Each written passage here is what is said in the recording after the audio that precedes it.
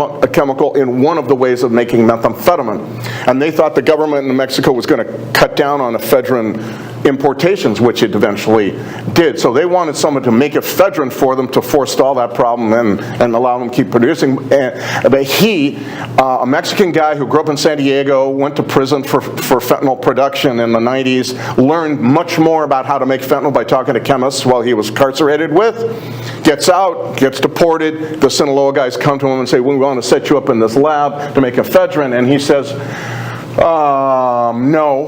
Oh, I mean, yes, I'll do whatever you want, but then quietly and he makes fentanyl. They get all mad. Not a good idea to get the guys from Sinaloa mad, but he sits them down. And I'm learning all this from the DEA agents who later spent a lot of time with him debriefing him on how this all happened.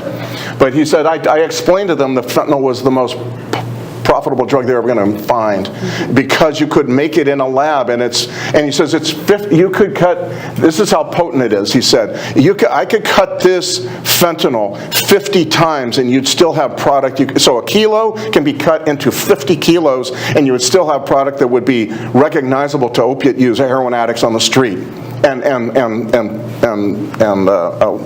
prized by heroin addicts on the street. Nobody in that room believed him.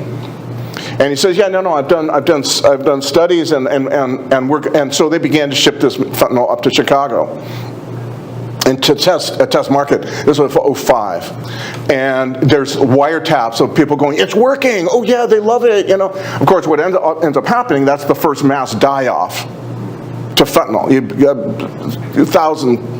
1,500 people or something like that in Chicago, in St. Louis. It spreads in those areas to Detroit, over to Philadelphia, Camden. There's a couple of towns I'm forgetting, and then they bust this lab. And the DEA agent I talked to was one of those folks who busted the lab in 2006. The last 10 kilos of fentanyl had just left his lab, and that continues to kill people for another 3 months here in the United States. But it's the first example of a mass die-off. But the light goes on in the minds of the Sinaloa drug cartel from this guy, who they then lose because he gets incarcerated. They don't have anybody to really make it for a while. They have to figure out. And meanwhile, though, the Chinese chemical companies step in, and they begin to send primarily to the opioid hit regions like Ohio, Kentucky, West Virginia, places like that, where people are figuring out fentanyl. Oh, fentanyl is actually a lottery ticket, you know, and they begin to send, but in small quantities. And that's the first time you begin to see fentanyl in hit these areas. And the problem is those dealers, who were small-time dealers, who were buying the stuff on the web, or dark web, or the internet, or what have you, the myth grows up that the best way to mix your fentanyl, because fentanyl's too potent to sell alone. So potent is that a few grains will get you high, a couple more will kill you, but you can't sell a few grains on the street. You got to mix it with something else. So in order to get that lottery winnings, you got to mix it. You got to know how to mix it. The problem is these guys don't have a clue, and the myth spreads that you can, the best way to mix this fentanyl is with a magic bullet blender. You seen those infomercials on the web?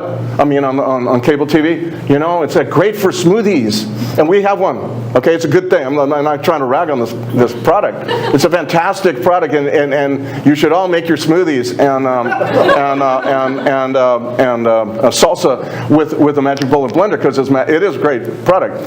It's just the worst possible product to mix your fentanyl. But don't mix your fentanyl with the magic bullet blender. Okay, but the thing is, you know, for dealers, it's like $29.95 at Target.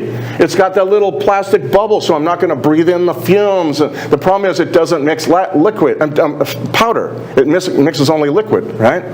And so the mixes that they come up with are catastrophic, and you begin to see in 2014, 15, you go back and check this out, Cincinnati, Huntington, West Virginia, Akron, places like this, you begin to see dozens of overdoses all like in the same weekend. And that's why. It's because these guys don't have a clue what they're doing. But at that point, because it was the Chinese providing it, it was only confined to really like a few states. And they could only send over a certain amount. You know, like that one guy I talked to, he bought it on the web, and he would get it in a box with that held a puzzle, like a puzzle you do on your kitchen table, right? Because he wanted it to kind of like blend in with all the millions of packages coming in from China. And but you don't cover the entire country, which has happened now, with 1 pound boxes coming from China. So anyway, this is kind of like the prelude to what begins to happen. We can talk about it in a minute. But it starts because these guys, the Mexican trafficking world is alerted to the enormous market of opioid-addicted consumers that we have created through the opioid expansion of the opioid painkiller as a kind of almost a cure-all for all pain whenever the background of the person doesn't matter, all that kind of stuff. And we created that enormous market, and then they get wise to it. When I was living in Mexico, no trafficker wanted to deal heroin, ever. It was like, it's a scuzzy drug. Who wants to deal with heroin? They have a lower view of heroin than we do in the United States. But then we create this market, and all of a sudden light goes on, and then from then on, then they discover fentanyl through this one fellow. Mm-hmm. Yeah. The magic bullet blender story is fascinating. It was one of the really cool things about the second book. But presumably now, dealers know what they're doing. They know how to mix better. So a question that I often get asked is, if dealers know fentanyl kills people, why do they keep mixing fentanyl into their products? It seems like a terrible idea to kill off your customers, right? And related to that, though, people who use drugs also know that fentanyl kills people. So if you know that fentanyl can kill you, why would you keep using those drugs? Right. So try to tackle both of those. Sure, it's both of those make total sense, even though on the surface they would not.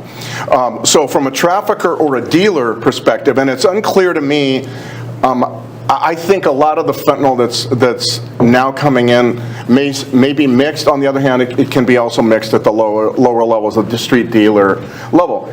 Why would you mix in fentanyl into, say, well, first it was mixed into heroin, then cocaine, meth, now you're seeing examples of marijuana, because you gain, it's a market expansion tool. Right? You gain an opioid-addicted customer when you put fentanyl into cocaine. Cocaine is a drug that people generally buy a couple times a week, can take a vacation for a couple of weeks, not use it. That is just not possible with the withdrawal symptoms that opioid addiction creates. You have to keep that stuff at bay, and you are buying every single day. What's more, it's important to understand that fentanyl is a fantastic drug, surgically. I've had fentanyl. I had a heart attack 5 years ago. They gave me fentanyl. It's magnificent. It's a workhorse anesthetic and wonderful drug. Revolutionized anesthesia in many ways. One reason it's so good, it's potent, but it also gets you in and out of anesthesia very quickly. That is also true for users. So very quickly it gets you in, but out, and you got to use again, and so got to use again. That makes it a torment for users. Nobody really wants to be a fentanyl addict. If you're a heroin addict, you do not want to be a fentanyl addict. The high isn't as good. The withdrawals are a beast.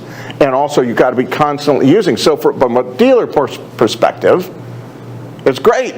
You could sell 3 times as much to the same person.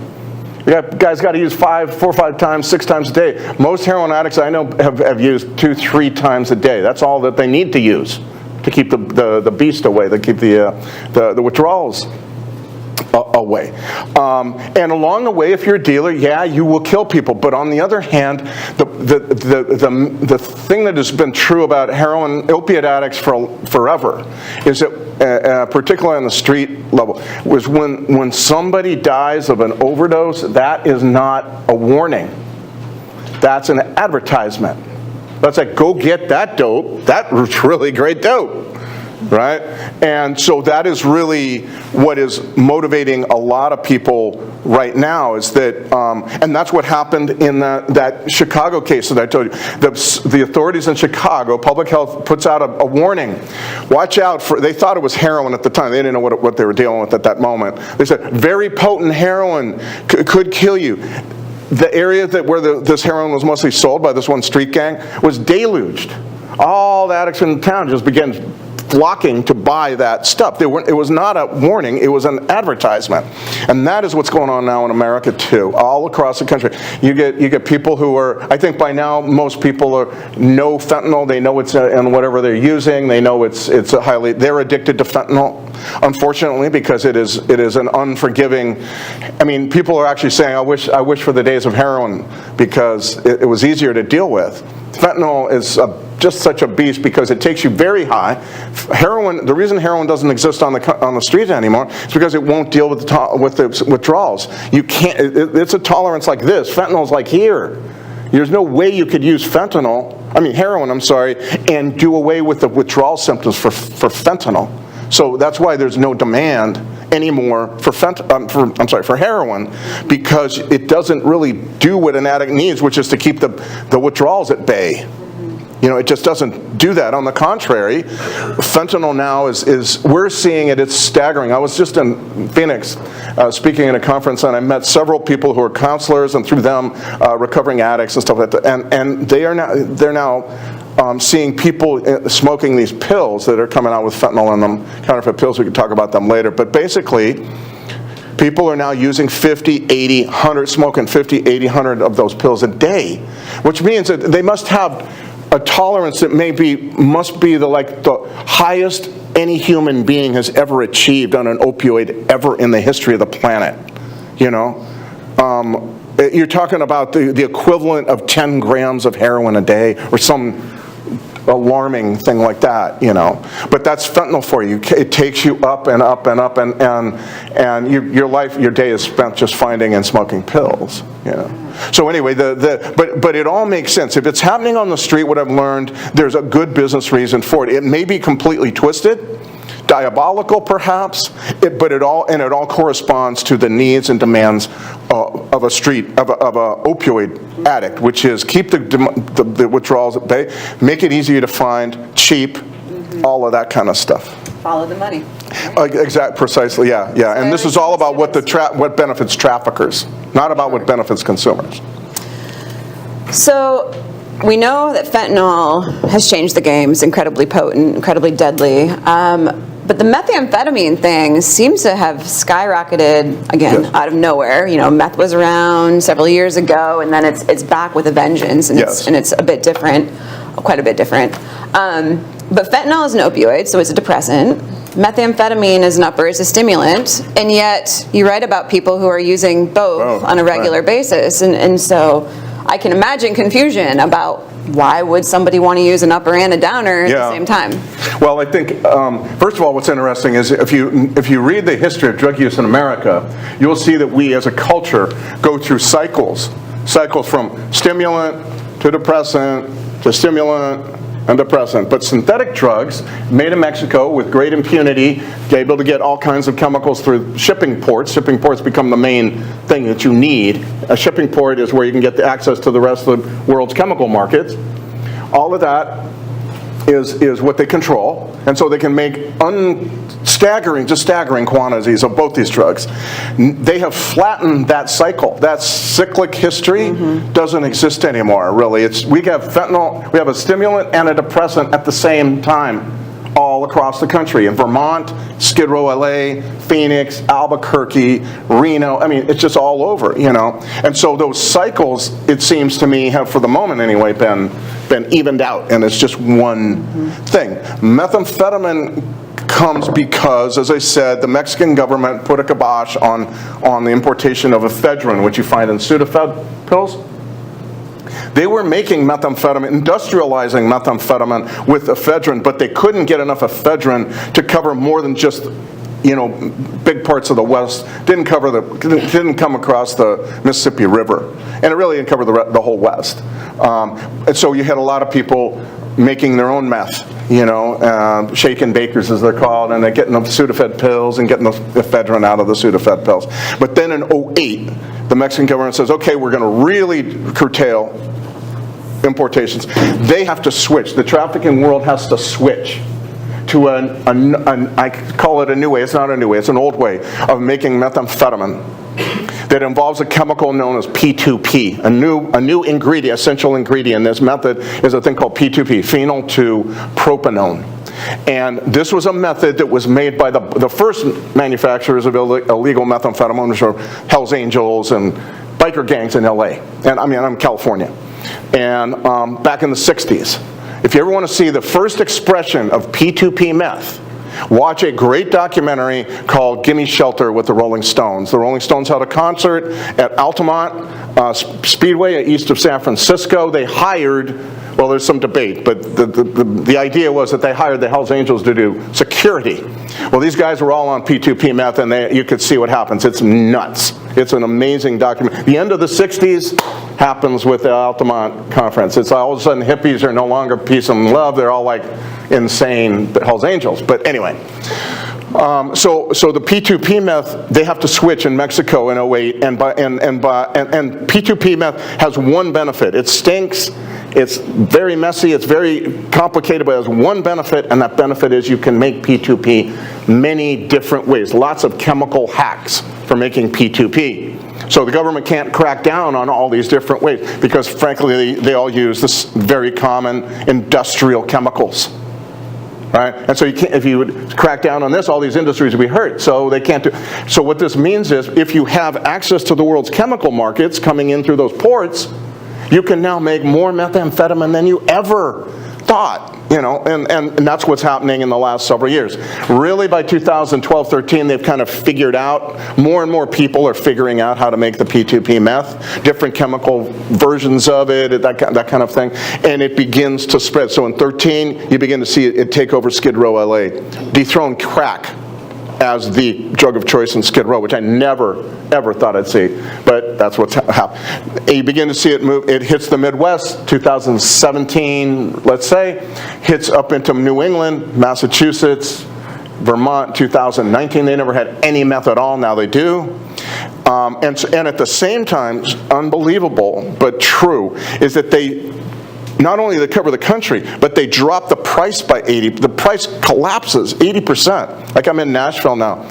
6 years ago, it came to this meth arrived about 5 years ago. 6 years ago, a pound of meth in Nashville was $19,000. Now it's $3,000. That kind of price drop. It's just a stunning coverage all across. But then there's another part to that story, though, that's very important, that it came upon late in the writing of the book. I thought that was the story. That story I just told you was going to be the story of my book, and I thought it was a very powerful one, and I was proud of it. Then I talked to this one fella one night, a VA homeless outreach guy who for years had been addicted to meth, and he said the meth changed. It became something different, and I don't know why, but it absolutely, and he told me his story, which one night in 2009, he used this, and at first, meth had always been a euphoric thing, a party drug. You're best friends with everybody, you're constantly want to be around people all the time, and now it became this very sinister, he became very paranoid, believed his girlfriend had men hidden in the walls and the mattress, etc., and he never, for the next several years, until he got sober, he never really felt anything but this immense paranoia, and I began checking on this. I thought, amazing. If this meth is nationwide, maybe these symptoms are nationwide as well. And sure enough, I began calling around, and every place I called, it was like they told me the same story he had just told me. Albuquerque, North Carolina, Southern Virginia, West Virginia, Eastern Tennessee, rural Indiana, Portland, Skid Row, unbelievable. Skid Row is like an open-air insane asylum right now, has been for a while. All because accompanied by this methamphetamine. The symptoms are rapid onset schizophrenic symptoms of paranoia, delusions, and also the kind of retreating interior. A lot of focus on hoarding stuff, bicycles, really big. I don't know if you have homeless encampments around here, but if you see lots of bicycles, you might want to stop in and interview a few of the folks and find out what the story is. My feeling is, in most parts of the country that I've seen, it's methamphetamine that's doing that, but that's a whole other thing. You guys can do your own research on that, I suppose, here. So anyway, it's the same story, a remarkable story, and very difficult to get away from. Very difficult. One of the poignant interviews I had in the book was a woman who was on this meth, barking like a dog at one point, gets sober, one of the few people I talked to who got sober from this stuff, and she begins to, and so she's 6 months in, she still feels like her brain, she told me after 6 months, I was not used for 6 months, I still felt like I was like warped person, like I didn't have the human qualities. And then one night she said, I'll never forget, I was in the sober living house with my roommate, and she was watching the movie Made in Manhattan. Remember that movie? Jennifer Lopez, right, movie? Corny rom-com kind of thing. And she begins to sob watching this movie. Like tears, but it's tears of happiness. Because she said, all of a sudden, for the first time since I began using this crap, I felt empathy for another human being. I felt empathy for the characters in this corny rom-com, you know. But I spoke to her 2 years after her last use, and she told me, I still know that my brain is not the same, and please tell people that they need to do research to find, I'm doing all the yoga and the meditation and all this stuff, but I need more ways of trying to heal my brain, because I can tell that 2 years after my last use, my brain is still not, you know. But this is the other story, and it's all about synthetics. You can make it easily. There's no seasons. If you have access to chemicals, which they do in literal boatloads, and it just makes total sense from a trafficker point of view. And so you're seeing massive coverage of an unprecedented thing. We've never in our country had our country covered by one source, the Mexican trafficking world in this case, with not one drug, but two. And again, they're flattening out that historic cycle that we've noted, that historians and sociologists have noted, but no longer, I don't think really, not applying right now at any rate. I don't know what the future holds. One of the things we were talking about earlier, in that what I really enjoy about your approach is you take this issue of, you know, drug use in the U.S., but you turn it into a bigger story about American society. And in this case, you connect the epidemic of drug addiction to consumer marketing of legal products. Right. Sugar, video games, social media, gambling. Can you talk about that? How are those things connected? Well, yes, thank you for asking. I had felt that for Dreamland I should have done something like that, but my poor little brain was just like overwhelmed. I had no more room in my little brain for anything more. I was like, just fentanyl was coming out, and I was like, screw it, I'll do fentanyl later or something, because I don't have any, like literally I felt like about to keel over, right? So anyway, I began this other book, and I thought to myself, now is the time when I can put together these themes that I thought were emerging at the end of Dreamland. And one of them is that we are now in an amazing moment of neuroscience research. It is so fascinating to learn what neuroscientists are learning about the brain, which is the most complex organ we have, as complex as the universe, right? But we have learned, and like the universe, we're learning more about what's same with the brain. And so there's an immense amount of stuff out there. And neuroscience is growing crazily, you know. I think key to the neuroscience effervescence, I don't know if this is true, I've just seemed to have countered this anecdotally, is that people who are entering neuroscience are very likely, let's put it this way, to not have any background in science. They don't, you know, they come from working class families. I met 4 neuroscientists who are the first people to graduate college in their families. Why is that? I think neuroscience is brand new. It's not like on-cause cancer research where you've got like these established hierarchies. It's wide open. Most neuroscience institutes were in the basement of the psychology department 15 years ago. Right? So it's brand new, all this new stuff, and it attracts people for whom hierarchies are daunting or just not what they're about.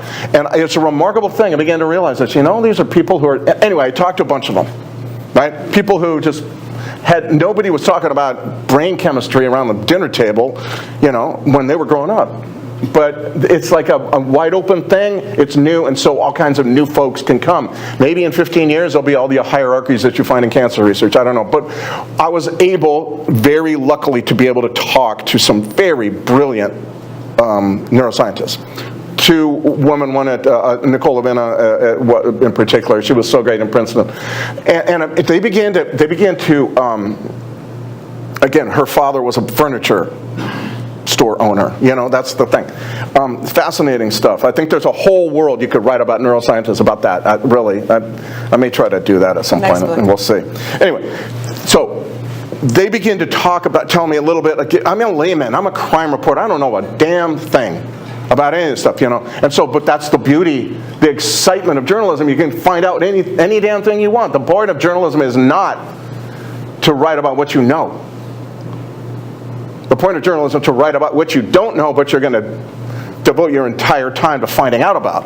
Right? That's the point. And so I do that with neuroscience.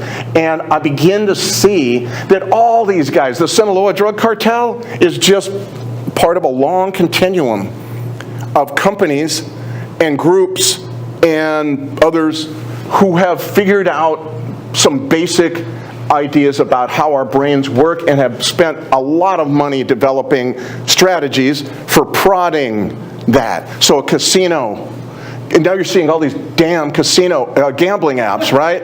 That's an outrage. I just can't, I mean, I saw it the first time in the World Series last year. I watch sports a lot, and so I just, what the hell is this, you know? Betting on whether the guy hits a double next, that kind of crap, you know? I'm like, that's, well, how's that, you know? What they're doing is they know that this is addictive stuff. Sugar. You know that they once did in Princeton, this is a mind-blowing thing. In Princeton, they were doing research on sugar and how it behaves kind of like an opioid. And so what they did was, there's several that they did, but one of them was they get all these rats dependent on sugar water. That's all they're drinking. They're not drinking the regular water at all, right? And then, do you guys know what naloxone is? Naloxone, it's the anti-overdose chemical, and very, very widely used and very good. They give these rats naloxone. Now, when you give somebody naloxone who's on heroin, he very quickly goes into withdrawal. And sometimes that's why people start fighting with you after they come out of their comatose state, or their death state, basically. And all these rats, sure enough, Nicole Levina told me, I just couldn't believe this was going to happen, but sure enough, all these rats start displaying withdrawal symptoms. Once they're given naloxone, naloxone kind of frees the opioid receptors from the sugar. So sugar, it's not heroin, okay? I'm not saying it's heroin. I'm just saying that it hits the same receptors. Not as potently, of course, and all that. Sometimes, are you saying sugar is heroin? No, I'm not saying that. I'm just saying that there's these experiments that show that they hit the same receptor. All these corporations now are figuring this stuff out. Now, of course, foremost in all this is social media.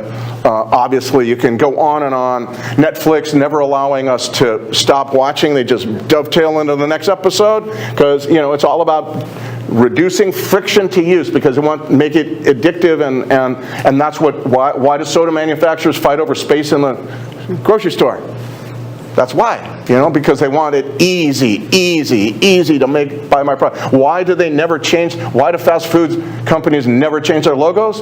Because they're triggers. McDonald's, there I'm driving along. Oh, there's McDonald's, I'm going to go and buy one of the little rancid burgers they sell. I can't wait for that. That's so great. I can't wait for that crap to settle in my stomach for 4 days. Anyway, that kind of thing, to me, is all these companies have figured this stuff out. Right? Facebook-like, the Facebook-like engineers who figured that out, both are on record as like going daily to mass to beg forgiveness for having done that. Right? It's a, you know, there's sort of this continuum. There's this vast continuum, and out here is the Sinaloa drug cartel. But before that comes all this other stuff I just talked to, you know, pornography, unbelievable, you know, video games, forget it. To me, that feels like heroin right there. Cable TV news, we're all addicted to outrage. Outrage has always been part of our evolution. Why do we need outrage? Outrage helps us correct people who were harming the community. We're talking about, hundreds of thousands of years ago. Outrage is a way, but in order to use outrage properly, you have to stand up and be public. Say, this person is doing something that's harming our community, and we're going to correct that as a community. That's where outrage comes from. But outrage today is prodded, and you can be anonymous on Twitter or Facebook or whatever other, Instagram or whatever it is. You can say all kinds of nasty things about people and that's what cable TV news knows all about. Cable TV news, CNN, Fox News, it's like heroin, man. It's like saying we are all a big group. And heroin addicts, they all kind of find each other, talk to each other. That you don't want to spend time with anybody who doesn't talk like you, knows where to find dope, how to use dope, et cetera, et cetera. That's what heroin used to do, when it was around. That's what cable TV news, CNN, Fox News. I don't see too much difference between either one of those networks. We don't have cable in my house because it's just like poison, in my opinion. But basically, it feels to me like this is the big continuum, and way out here you get Chapo Guzman and all these guys who kind of more or less know some of this stuff, but they don't care. It's all a commercial venture to them. These folks here are employing people, I believe, who understand this very, very deeply and are using it. And so that's why I wanted to say we are in a time, in our lifetimes, we have seen this take over, 30 years ago, there was really not this panoply of crap that we were relentlessly marketing. Seen those burgers? Has anybody ever seen a wide shot of a panorama shot of one burger off in the distance? Never. Never. It's all pornographic burgers like this big, like oozing goo, and like the burger just had sex or something, You're like, oh God, yeah, or it would be better than sex if I ate this thing, that kind of thing. So to me, they understand this. The marijuana guys did too. If you used to read High Times back, the magazine High Times, they would show these centerfolds of like buds oozing and big piles of cocaine. Everybody knows why you do that. It's because it's like prods all this stuff in your brain to say, oh, I got to go get me a burger or a line of cocaine or whatever the hell it is. You know what I mean? Play that video poker. Yes. Yeah. So get your questions ready, because I'm going to ask one more, and then it's your turn. So here we are sitting in the policy school. Yes. Maxwell School. What policies are going to get us out of this mess, and oh, God. what can't policy do? Oh, what can't policy? I'm not.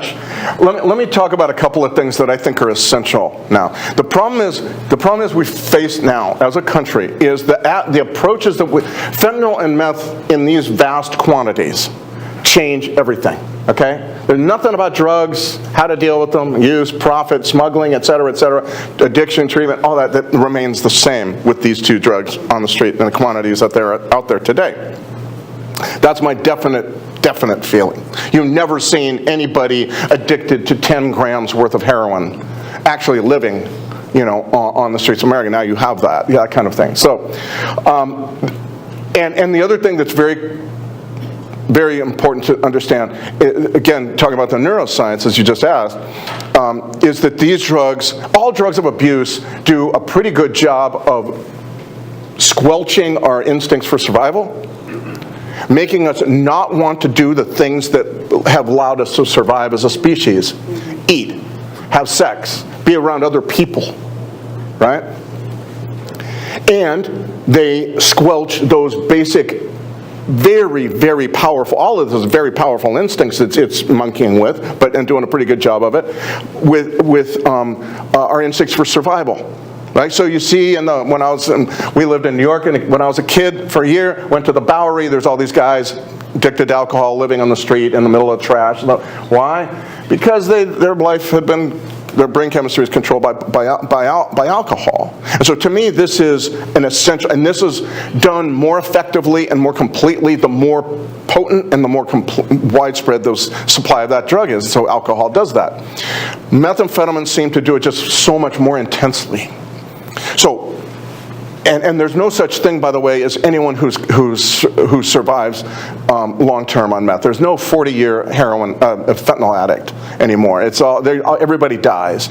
So the point is, the longer you leave people out there on the street, the more likely they are going to die. This harm reduction idea that we can just revive people and let them, and go to meet them where they are. I'm driven nuts by that phrase. Meet them where they are. We all know where the hell they are. They're at death's door in every tent encampment in America, right? And so my feeling is what this has called upon us to do, one thing I think is very important is we need to rethink jail. Jail up to now, if you haven't spent time in jail, really spend some time there, okay? If you're sociologists, public health nurses, workers or whatever, that's your public health, go to jail. Understand what jail is and what is not. It's up to now, across America, it's been pretty much of a disaster, adding to the problems that we all face. It's a place where you sit, you play poker, you talk with all these buddies, it's like a high school reunion. Oh, hey, man, what you been? I didn't see you for 3 years. Yeah, well, I was doing this, I was doing that, And you watch Judge Judy all the damn time, okay? Literally, that's, it's like Judge Judy's on there, and it's like, okay, yeah. That or Friends, because like Jessica, what's her name? Jessica Aniston? Jennifer Aniston is like huge among all the inmates I've ever talked to. They're like, man, do you know Jennifer Aniston? I'm a reporter, man. I don't know her. But oh my God, I love her, man. Yeah, okay, fine. Anyway, Jennifer Aniston, Oprah too. Believe it or not, these are all killers and people. They are loving Oprah. Big time, seriously, find that out. Anyway, jail is not a place where anything positive happens. I will say this.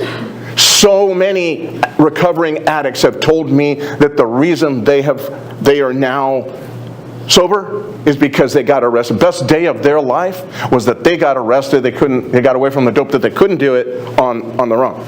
But jail is really a place. So in the book I write about a county in Kentucky that is experimenting with a new way of doing jail. So jail no longer is a place where you sit and vegetate. It's a place where they have a pod. You can opt in. It's a recovery pod. Okay, you opt in. You make your bed every day at 8. You have a day to get rid of any drugs that are on you or in you. And after that, if they find them on you, they boot you. Right? So, but then you wake up every morning, 8 o'clock, life is filled with not Jennifer Aniston and Judge Judy, but with classes, GED classes, criminal addictive thinking classes, anger management, parenting, life skills, like how you're going to find your driver's license. It will be essential to you finding work, all that kind of stuff. Very, very important. You have meetings run by the inmates themselves. Most jails have lots of drugs in them. This pod does not, because it's policed by the inmates themselves, who all opt in. This is about you being excited about the opportunity to not sit around watching Judge Judy, but actually move forward in your life. Because, why? Because jail is more important than this in prison. Because jail is the first interface every addict has with the criminal justice system. It's not prison. You could go years in and out of jail, never go to prison in this country. Okay? So jail is where and what you do is you come in, you get arrested, you're strung out, you're like emaciated, you're on and you detox, and for that, then you begin to have a clearer view of all the damage you've done to your life. Baby mama won't talk to you, mom won't take your phone calls, whatever, on, and there's all kinds of things. And you go, now I need to, but most of the time what we do when that epiphany happens is we put people into this place where you're just sitting around playing poker. And where if you try to quit drugs, you're known as a quitter. I've heard this, it's amazing, or a snitch even sometimes. Anyway, this jail is what it's saying is that we need to make use of this beautiful opportunity we never have made use of. Jail has been this place where we just said, okay, it's there, I don't want to be there, I don't want to know much about it, it's a cost, I'm willing to pay for it. But I think it's got an opportunity, and the crucial thing is, it's a place where you can put people where they can't leave, when the dope tells them to leave, that they have to stay, but it's a place where you then where you have an opportunity to begin recovery. And that is what jail can be. I've seen it, okay? Now, The other thing that's fascinating about this county, and I don't say this would happen all over the place, but in this county, what it also did, this jail experiment that they put in place, they also, it also kind of created or inspired a whole constituency on the outside for things that they need to do. So there's one nonprofit, very large nonprofit, just totally reoriented its entire mission towards helping people leaving that pod recalibrate when they get back onto the street. So they have clothes there. Think about how important that is. You're arrested in August. You're all emaciated. They release you in February with very different clothes, but also you're all bulked up on those jailhouse carbs. You need new clothes, you know? They sign people up for Medicaid and medically assisted treatment for when they leave in the jail, for when they leave, and that's what happens at this nonprofit. When have you ever seen a jail in America care about anybody once they left the door? The door's closed, you know what I mean? And you get, there's a tattoo removal, very, very important, I think. There's, Medicaid is hugely important for medical health, but also for dental. A recovering addict an addict on the street has got the worst dental thing, you know, it's horrible dental work. You need that fixed. You need to be able to feel like, yeah, I'm moving forward with my life. I smile. I'll actually look handsome again. That kind of thing, you know what I mean? It's really important. All this stuff is happening now because they first experimented with jail, and then it began to create a whole group of people who weren't before not working in this topic at all. Now they begin to come together, and now you've got so the university there, Northern Kentucky University, this county is Kenton County. It's right across from the Ohio River from Cincinnati, and that school there now has they send interns to the jail. Like, I never heard of any jail with an intern program, you know. But man, if you guys could get into that, you do it. That's so interesting. That's like endlessly fascinating stuff for you in public health, sociology, etc. I'd say just mightily fascinating stuff. Anyway, all of this is simply to say that fentanyl and meth together do not give us much opportunity. We cannot waste opportunities like jail. We cannot just sit around and go, well, screw them, I don't care about them, or we've never done this before. I know we haven't done it before. That's why we should do it now, you know. Oh, and some people get all arch and inquisitorial. Oh no, what you're saying is the mass incarceration and the extending the drug war. I'm like, dude, have you ever seen a prison where they care about what happens when you leave, a jail where they care about what happens to you when they leave? This is the opposite of that. So anyway, to me, I think that is one thing that is extraordinarily important. It's not like, when I began writing about this county in 2015, I was there the first day they opened that pod. I thought, oh, this is a good idea. I never thought about this, actually. You know, and I watched it. I've watched it ever since, 7 years now. And but then fentanyl and meth come along, and I'm like, it's no longer a good idea. It's essential. Because otherwise those people are going to die, right? And you need a place where people can go and not be able to leave when the drugs very powerfully tell them they must. Once they spend some time and defog away from the dope, it's very common where people kind of go, they will, in the homeless encampment, they'll tell you, no, I'm fine. I don't want any, I'm sorry, I'm not, you know. Well, let me see, you're living in squalor, no sanitation, feces everywhere, you're pimped out, you're beaten, you're robbed, you're using drugs that will kill you at any single moment, and you're fine? I don't think so. That's the drugs talking. Once you get those people in a different situation and have some significant time to move away from all this stuff, all of a sudden they begin to embrace sobriety. They begin to see what's possible. And when you then have something on the outside, I mean, to me, it sounds like an extraordinary, radical idea, very, very powerful. Do I have solutions for every part of the country and everything? No, I'm like, see these things, they seem to make a ton of sense, and so I just repeat them. when I am asked questions like you ask me, you know what I mean? Because I don't know what else, I mean, I don't know what else to do. It all has to do with supply until the United States and Mexico deal with the very significant issues of Mexican corruption and assault rifles from the United States arming those people down there who are making this stuff. You know, think about this, just off topic a little bit, but the drug trafficking wars in Mexico began a year after I left. I left in 2004. You know, I never saw anything like this up until I was in LA, and all of a sudden I see a story of 6 heads rolled onto a discotheque in Michoacan, where a state I'd been to 30 times or something like that. I'm like, what the hell is this, you know? Our assault weapon ban went from 94 to 2004. It expires in 2004. In 2005, the drug wars, the violence becomes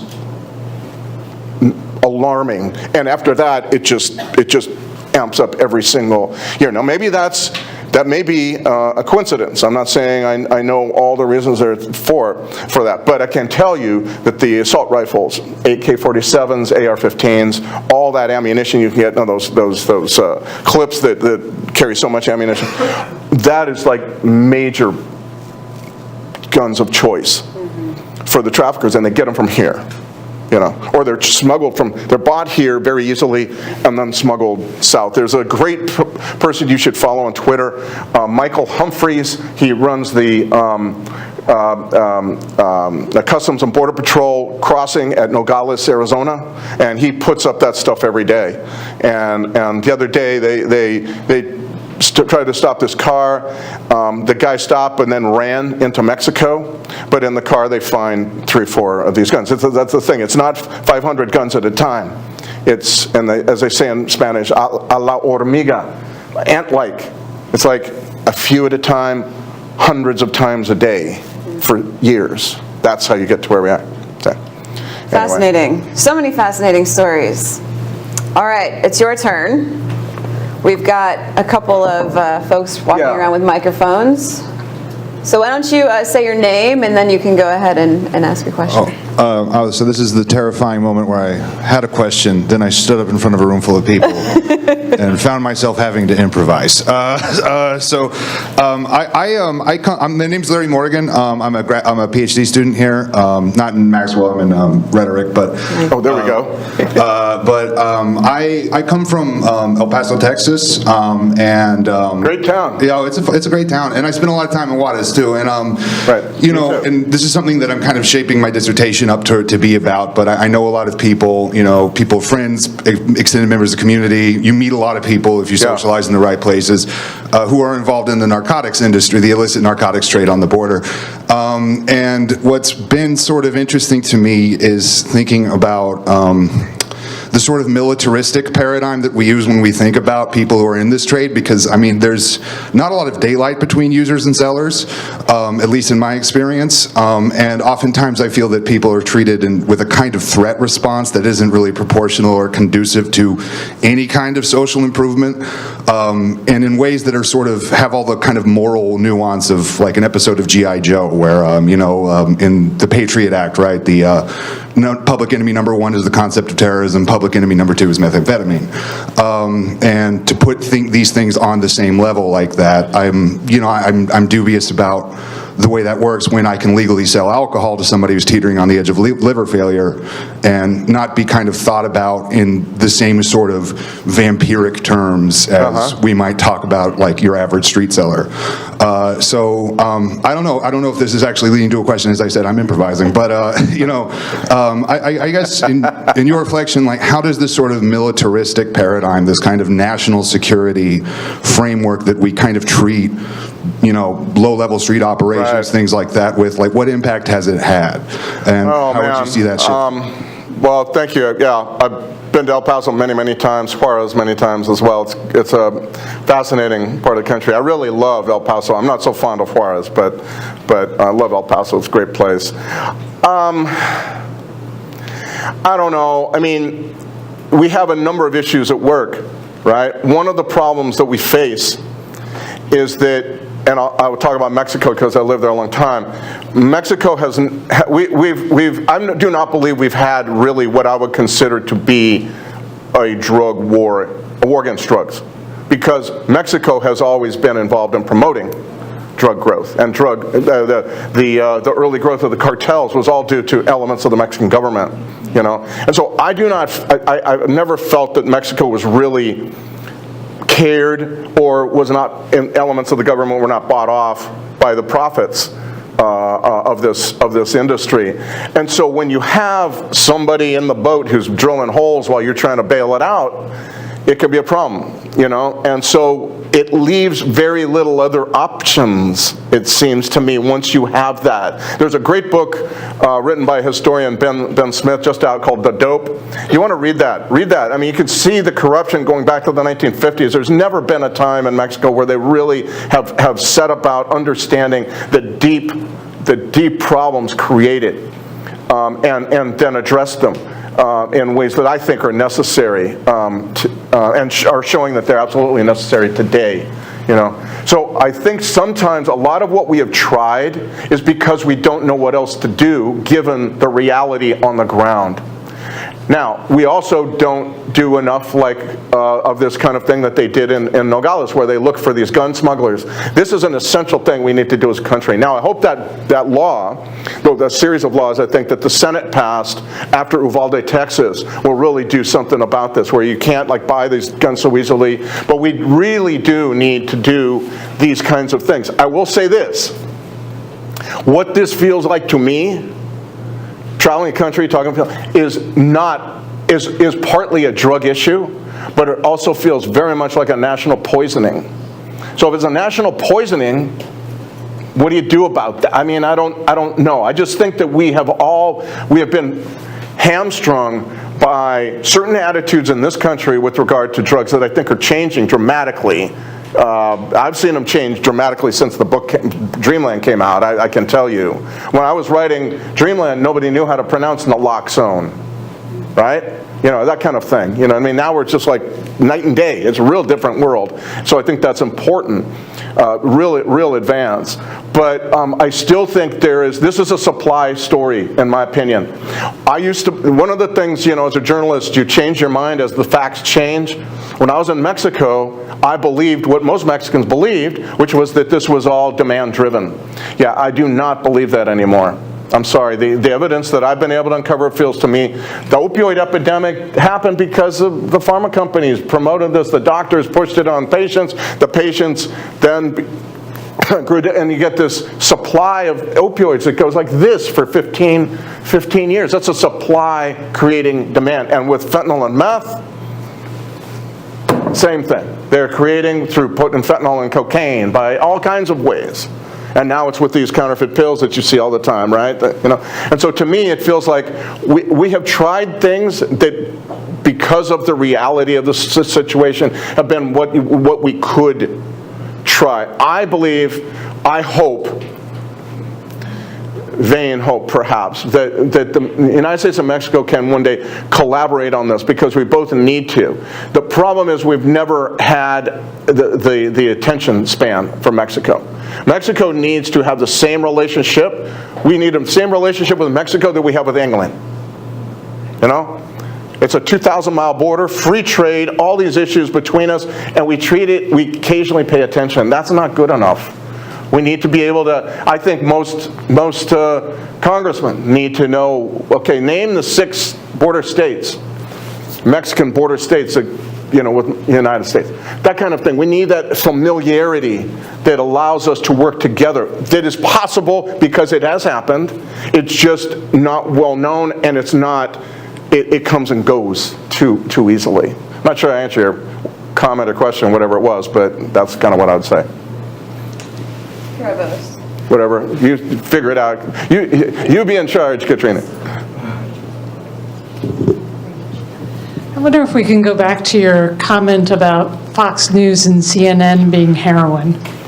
Can you tell us a little bit more about what you mean by that, and any comments you might have on the 12-step program to get over political polarization? I'm sorry, 12-step program? The 12-step program to get over political polarization.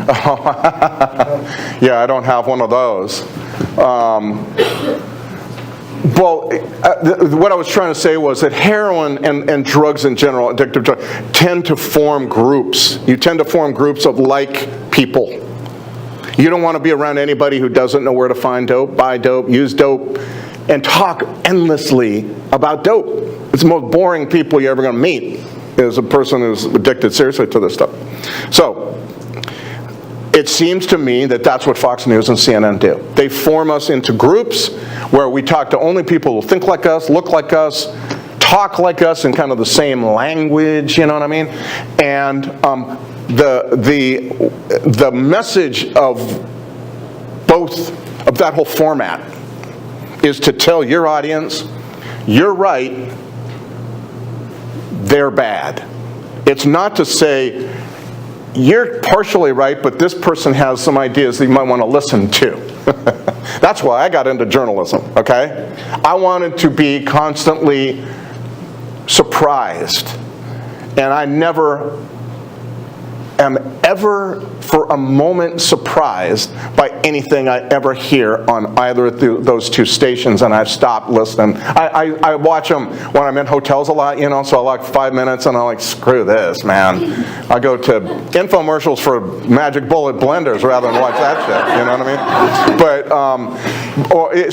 you know what I would go to now? It's ESPN. I'm like, it's like cotton candy. I can't remember what the hell they're talking about, but it's like not people screaming at me, you know, and pretty soon it's all going to be about gambling too. So I'm going to have to find something, you know, Korean, you know, evangelical preachers or something like that to just like kind of go zone out when I've had a long day. But my feeling is that they are all the same. They've figured out that outrage sells, alarm sells, educating people does not sell. That's why you have to do not rely on the TV to get news, to educate yourself. You cannot. It's all print. You've got need to go to. Frankly, I'm sorry, that's the way it is. It's hard, but here's the other thing. Our brains respond and get addicted to really quick jolts of fun and easy and happy chemistry, brain chemistry. Reading's not a lot of that, you know, that doesn't, and so, but it's really good for your brain. It's really good for your brain. It really helps structure your brain and thought. So my feeling is I watch it to be like titillated and entertained. A lot of what I do on Twitter and Instagram and stuff, I do the same.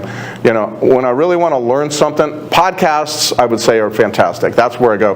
But also reading stuff. You got to stay away. He who says, my message is, you're right, they're bad, that's methamphetamine. That's just what methamphetamine takes our empathy, just shreds it, you know, for other people. That's what he's doing. So avoid it, please.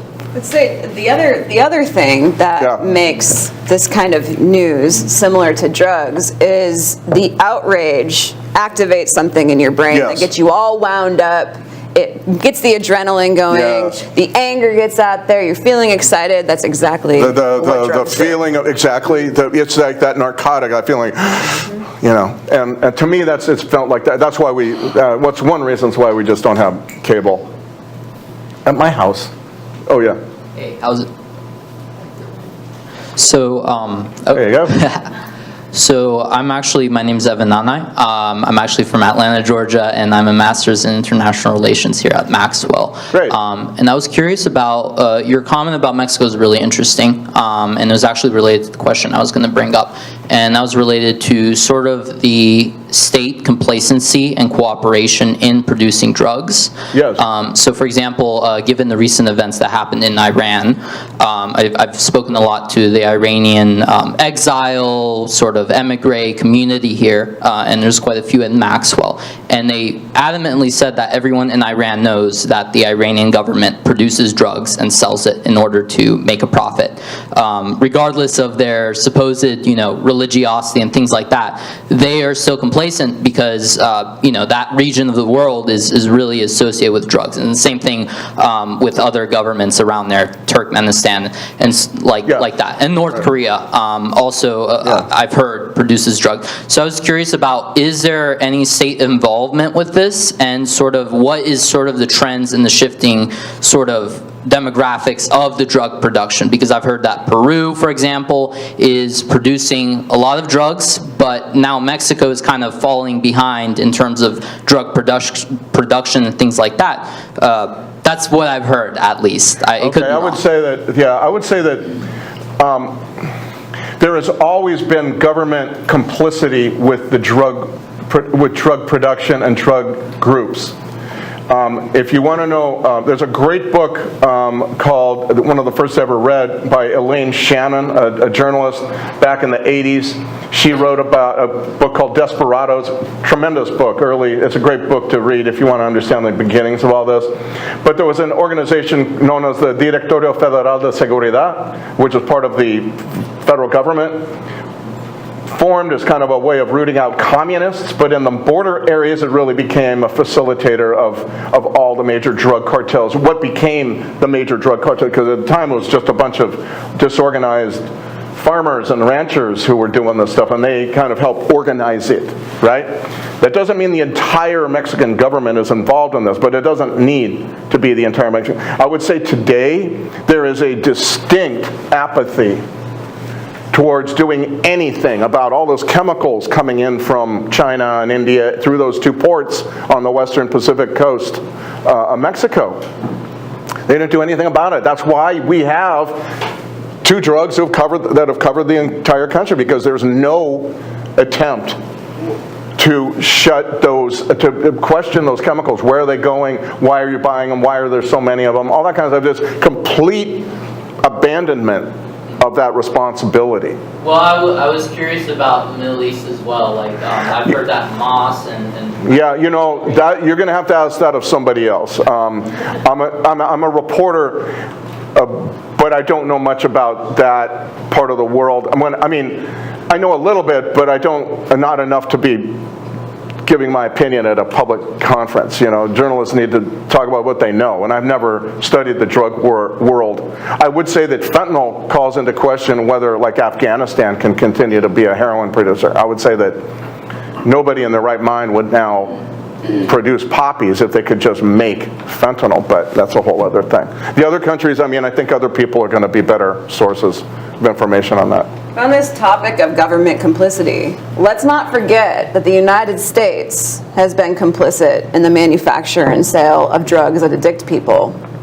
That's in this book, right? So when Purdue Pharma created OxyContin and aggressively marketed it, it was a drug that got through the FDA approval process in a way that no other drug had. Yeah. It didn't go through proper testing. It didn't have proper evidence that it wasn't addictive, and yet the U.S. government let it slide right through. Right. And they let it slide through for a very long time before they took any action against it. So we too are complicit in the sale and manufacture of drugs that kill people.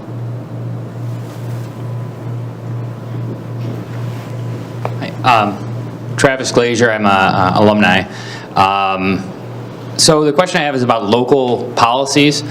You implied in the book that some of the stories of the recovering addicts, the threat of prison helped them to see a future. Yes. But yet some of the communities, both in our state and in other areas, are considering kind of decriminalization of certain drugs.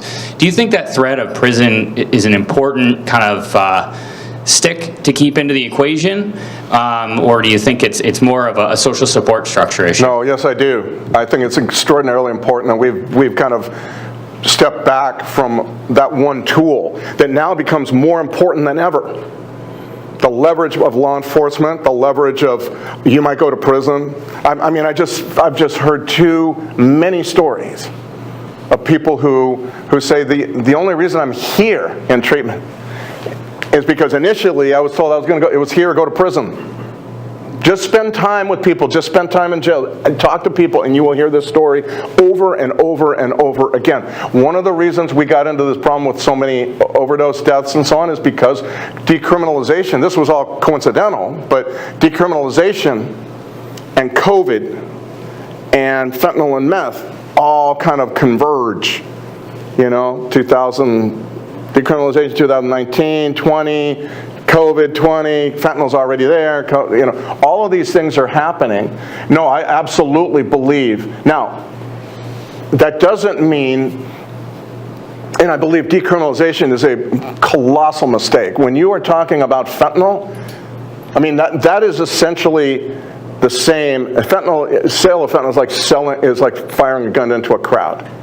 You're going to hurt somebody, you're probably going to kill somebody. That's the rule, okay? That's the truth. And so why you would want to say that, well, fentanyl's okay. You know, no, it's not. It's not okay to sell it. And you need ways of getting those people off the street, even the dealers who are selling to support their habit. That habit's going to be lethal very soon. So you could say, well, he's selling, I don't care what happens to him. But the truth is, it's all part of the mix. You got to take all these folks into account. And my feeling is that decriminalization has been a major mistake. In every place they've tried it with fentanyl and meth have kind of like messed with their minds. You know, yeah, that doesn't work the way. Now, those are all policies or ideas that were born before complete coverage of fentanyl and meth across the country. In the days of cocaine and marijuana and heroin, maybe they would have worked. I don't know, but that's not where we are right now. And I just think it's a major mistake that because people are thinking as they used to think. It's the same with marijuana. Should we legalize marijuana? Yeah, that was a question they asked when I was, in high school and junior high. They're still asking it. The marijuana is radically different. So the next question ought to be, if so, what marijuana do you want to legalize? But we have not moved, and some of these ideas have stayed where they were, while the drugs are like going crazy. You know what I mean? So to me, it feels like a huge mistake. You can't say that in a lot of areas because people get all arch about it.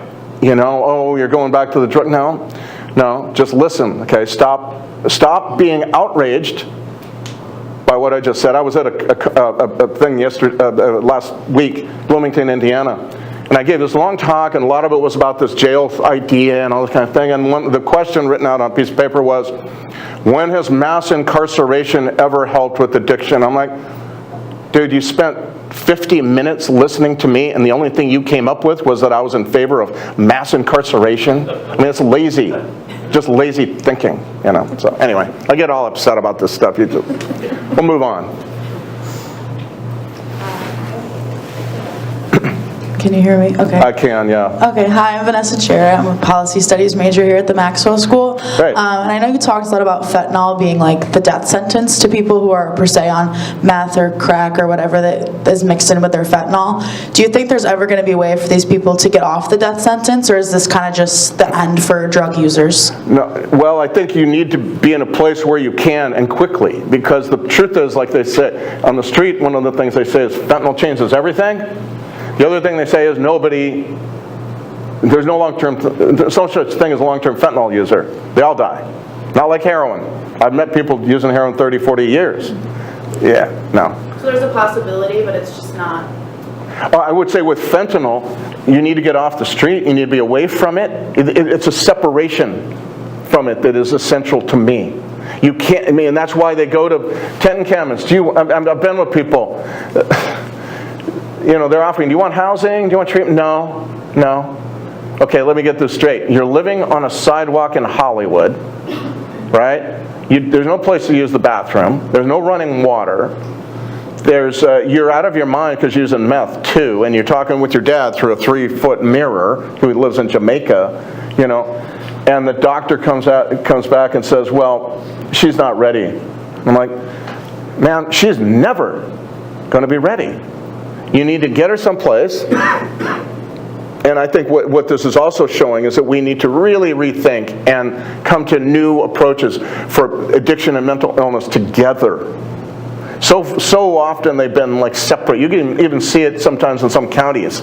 Mental illness services over here, addiction services over here, homeless over here, foster kids over there. There's no idea that this is kind of all like similar problems. They're all connected, you know what I mean? So that's another thing, I think. But the idea that people can just live on the street, creating the public health, public safety issues that they create, the tent fires and all that kind of stuff, I just think the idea that we should meet people where they are sounds good, but we need to understand that where they are, because of fentanyl, because of methamphetamine, is right at death's door.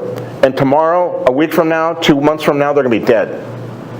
So harm reduction, is that harm reduction? That doesn't sound like compassion much to me.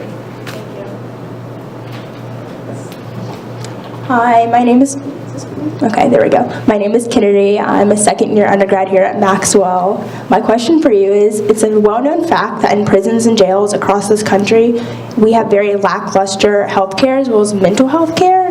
Yes. And I was just curious, in your opinion, what policy steps should the U.S. government be taking to further implement drug prevention pods as well as dental and Medicaid care for inmates that are newly released and out into society on a state and as well as federal level?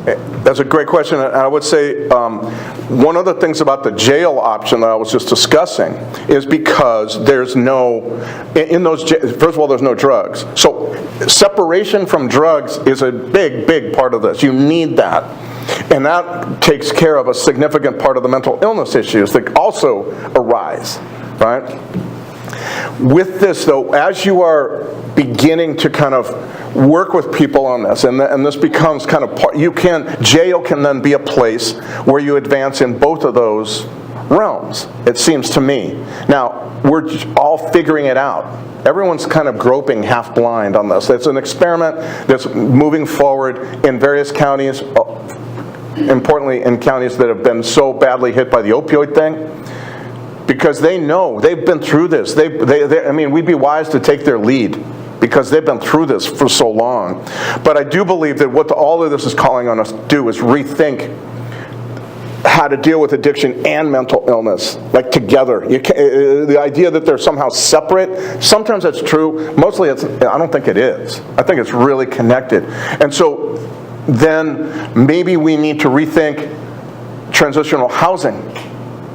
Once people leave, that's what's kind of going on a little bit in this county, Kenton County, what I talked about, you know, where you have this other kinds of housing. I really believe we need small scale housing where people can go, 6 or 8 rooms.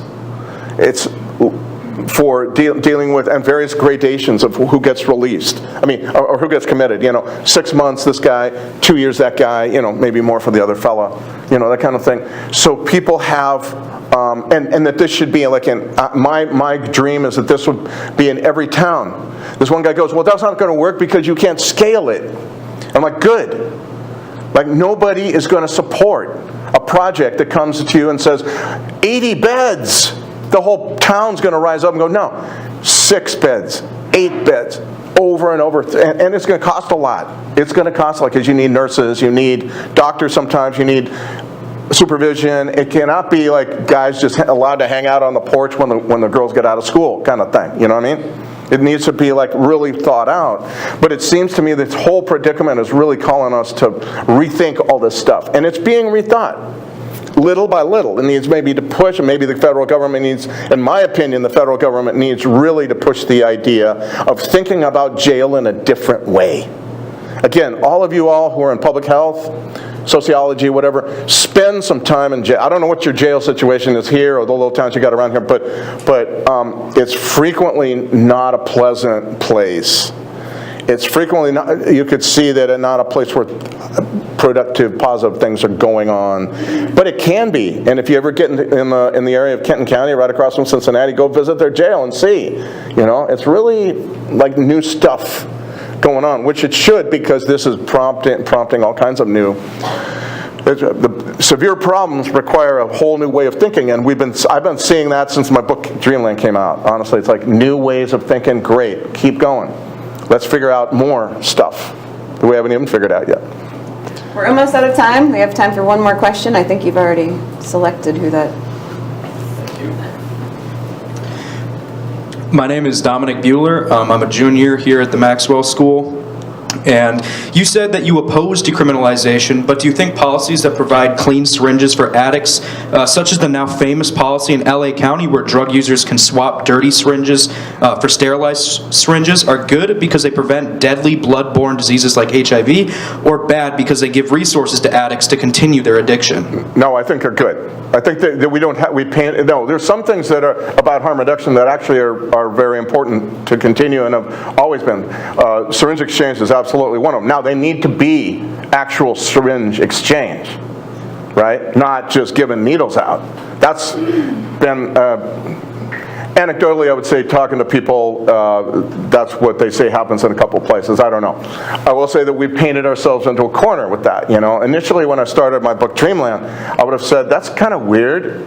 Why would you make a drug illegal and then provide the implements of its use? But we have painted ourselves into a corner where, you know, the costs of HIV, Hep C, et cetera, endocarditis is horrible. I don't know if you know about endocarditis. It's a heart affliction caused by bacteria, but generally it's a rare thing. Like before all this, it would be like a doctor might see it once every 2 years. Now they're like, it's very common. Or certainly far more common than it was. You know, all of that is connected to the idea of, you know, why we need syringe exchange. It's very important to do. If you do it with, you know, offering people treatment, being there is always having that be a gateway towards it. I also think naloxone is, you know, an essential thing. Like we should have naloxone should be as common as. Like fire extinguishers in a gas station or a restaurant, that kind of thing, you know? It's just that on airplanes, buses, whatever, you know what I mean? Just some parts of harm reduction seem to me to be at odds with the realities on the streets of America today, given these supplies, unrelenting. It's not a wave of drugs, right? It's a new sea level of drugs. That's the point. And these drugs are extraordinarily potent, very difficult to get off of, very deadly, damaging to the brain, and just Narcaning people endlessly. I'm writing a story now in which this will be part of the story, but you guys might want to follow up on this because I think this is very important to what you all are working on. But the endlessly Narcaning people to consciousness does not mean that those people are okay, because those folks have been deprived of an opioid overdose is deprivation of oxygen to the brain. Now, if you do this over and over and over a period of time, there's a very good chance that you will achieve brain impairment in people. And so, while reviving a person is an undisputed good, it's also not the case that it should be just simply policy to kind of endlessly revive people. What they're finding, there's a great study going on right now in Pasco County, Florida, where they're studying 120 women and their experience, and they find that with increasing, this is funded by the Department of Justice, with increasing overdoses, people's grade levels, reading levels drop.